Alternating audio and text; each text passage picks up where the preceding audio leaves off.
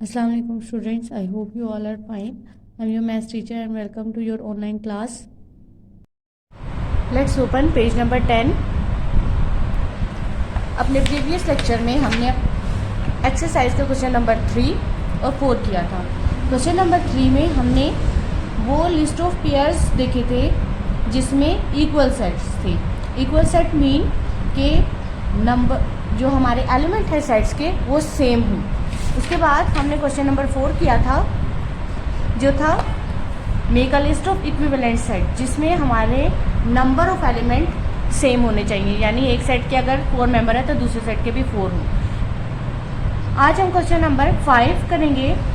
Find the relation between each pair of set A and B, write the result symbolically. हमने हमारे पास जो भी ए और बी सेट दिए गए होंगे उनमें देखना होगा कि रिलेशन क्या है और उसको सिंबल के फॉर्म में रिप्रेजेंट भी करना है।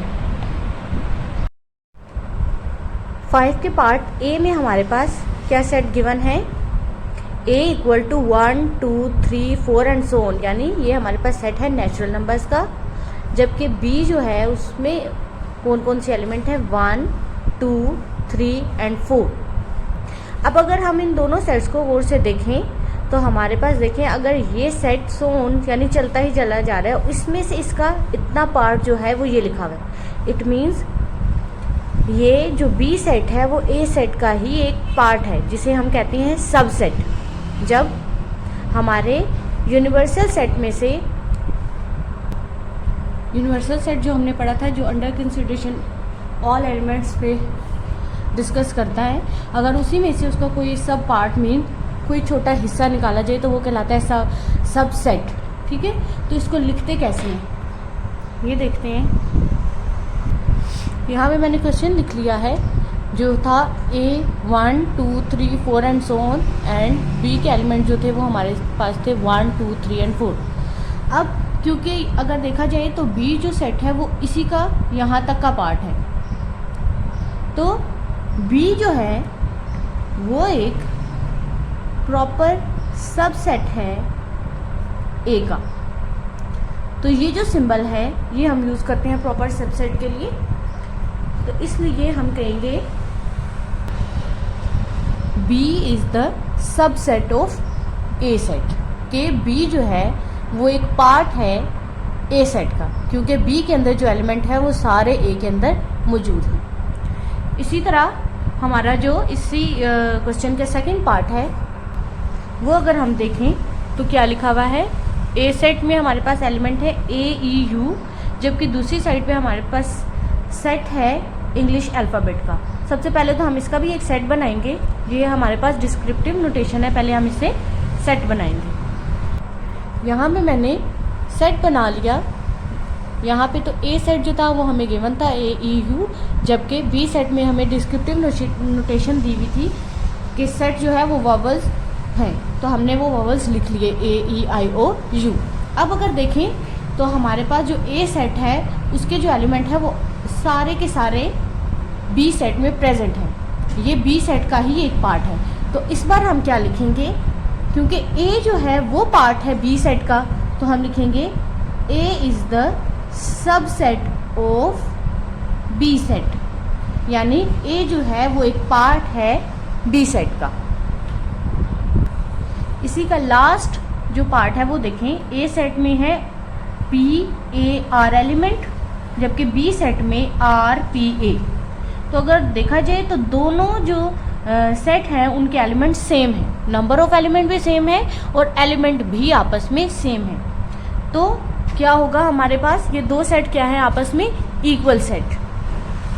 सबसे पहले हम ए सेट लिख लेते हैं जिसके एलिमेंट है हमारे पास पी ए आर, जबकि बी सेट के एलिमेंट हैं आर पी ए।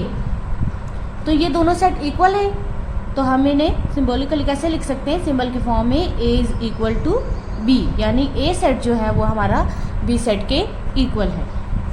चलते हैं अपने नेक्स्ट क्वेश्चन की तरफ। Write the missing element in each pair of set to make them equal. हमने दोनों सेट्स को आपस में इक्वल करना है, यानी इक्वल में बेशक हमारे एलिमेंट की पोजीशन चेंज हो सकती है, लेकिन एज इट इज़ वो ही दूसरे सेट में होने चाहिए। तो हमने इसको क्या करना है, इक्वल बनाना है। तो हम यहाँ देखिए, पहले सेट में हमारे पास एलिमेंट है SOFT, जबकि दूसरे सेट में हमारा T भी प्रेजेंट है इस सेट का, FB SB। तो मिसिंग लेटर क्या है, O को अगर हम लगाएं तो तभी जाके ये दोनों सेट इक्वल होंगे। तो हम यहाँ पे इसमें लिख लेंगे O। पार्ट 2 में देखें, हमारे पास सेट के एलिमेंट है A, E और T, जबकि नेक्स्ट सेट में हमारे पास T और A अवेलेबल है। तो मिसिंग लेटर कौन सा होगा, हमारे पास E। तो हम यहाँ पे E लिख लेंगे। थर्ड पार्ट में हमारे पास एलिमेंट है 1, 2, 3, जबकि नेक्स्ट सेट में हमारे पास 1 और 3 प्रेजेंट है। मिसिंग एलिमेंट कौन सा होगा, 2। तो हम यहाँ लिख लेंगे 2। नेक्स्ट पार्ट में देखें तो क्या लिखा हुआ है, एलिमेंट POT, जबकि सेकंड सेट में देखें तो T और P जो है वो प्रेजेंट है। तो मिसिंग एलिमेंट क्या होगा, O, क्योंकि O ही लगने से ये दोनों सेट आपस में इक्वल हो जाएंगे, यानी इन दोनों सेट्स के एलिमेंट जो हैं वो सेम हो जाएंगे। लास्ट क्वेश्चन की तरफ चलते हैं। 7 question, write the missing element to make each pair of set equivalent, कि हमने सेट को इक्विवेलेंट बनाना है, हमने इसमें मिसिंग लेटर को कंप्लीट करना है। ये तो थे इक्वल, यानी हमने दोनों सेट के एलिमेंट को सेम रखना था।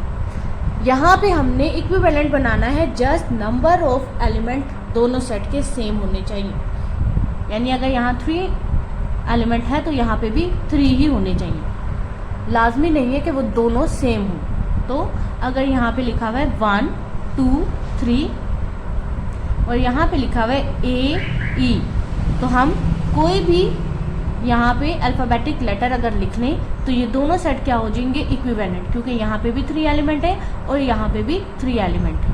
आप चाहें तो अपनी मर्ज़ी से कोई भी एलिमेंट यहाँ पे लिख सकते हैं, क्योंकि हमने जस्ट इन सेट को इक्विवेलेंट बनाना है। तो यहाँ पे मैं लिख लेती हूँ B। सेकेंड पार्ट हमारे पास क्या है, एक सेट के एलिमेंट है हमारे पास एप्पल, बनाना, ग्रेप्स, ऑरेंज, जबकि सेकेंड सेट में हमारे पास है A, B। तो इन दोनों सेट को इक्विवेलेंट बनाने के लिए हमें जस्ट 2 लेटर और लिखने हैं। आप अपनी मर्जी के कोई से भी 2 लेटर लिख सकते हैं। हम यहाँ पे लिखते हैं C, D। तो क्या होगा, यहाँ पे भी 4 एलिमेंट है, Apple, banana, grapes and orange, जबकि यहाँ पे भी 4 एलिमेंट है A, B, C, D। तो 4 एलिमेंट दोनों में हो गए, तो सेट क्या हो गया, इक्विवेलेंट। अब चलते हैं next part, London, Paris, Montreal, जबकि सेकंड सेट में हमारे पास है कसूर, पेशावर। अब हमें यहाँ पे थर्ड एलिमेंट कोई भी एक लिखना है जिससे सेट क्या हो जाए, इक्विवेलेंट। तो यहाँ पे भी आप कोई भी पाकिस्तान की जो है प्रोविंस लिख सकते हैं या सिटी। तो यहाँ पे हम रावलपिंडी लिखते हैं, क्योंकि यहाँ पे स्पेस कम है तो मैं यहाँ पे लिख रही हूँ RAWAL, रावल, PINDI, पिंडी। तो इससे क्या हो जाएगा, आपने इस रावलपिंडी को इस सेट के अंदर ही लिखना है। नेक्स्ट में देखें तो हमारे पास एलिमेंट है 1, 3 एंड 5, जबकि सेकंड सेट में हमारे पास है 2, 4। तो यहाँ पे देखें, यहाँ पे भी 3 एलिमेंट है, तो यहाँ पे भी हमने 3 ही एलिमेंट लिखने हैं। तो यहाँ पे हमारे पास है ऑड नंबर और यहाँ पे अगर देखा जाए तो ये इवन नंबर। तो हम यहाँ क्या लिख लेते हैं, 6। अगर हम 6 के अलावा भी कुछ लिखें तो भी हमारा सेट इक्विवेलेंट हो जाएगा, क्योंकि इसमें भी 3 एलिमेंट है और इसमें भी 3 एलिमेंट है। अब स्टूडेंट, आपने क्वेश्चन नंबर 5, 6 और 7 जो है अपनी नोटबुक पे इसको कंप्लीट करना है और इस तरह हमारी एक्सरसाइज 1D कंप्लीट हो जाएगी। आई होप कि आपको रिमेनिंग के क्वेश्चन समझ आ गए हैं और अब आप ये अपना काम नोटबुक पे कर सकते हैं। थैंक यू स्टूडेंट, अल्लाह हाफिज़।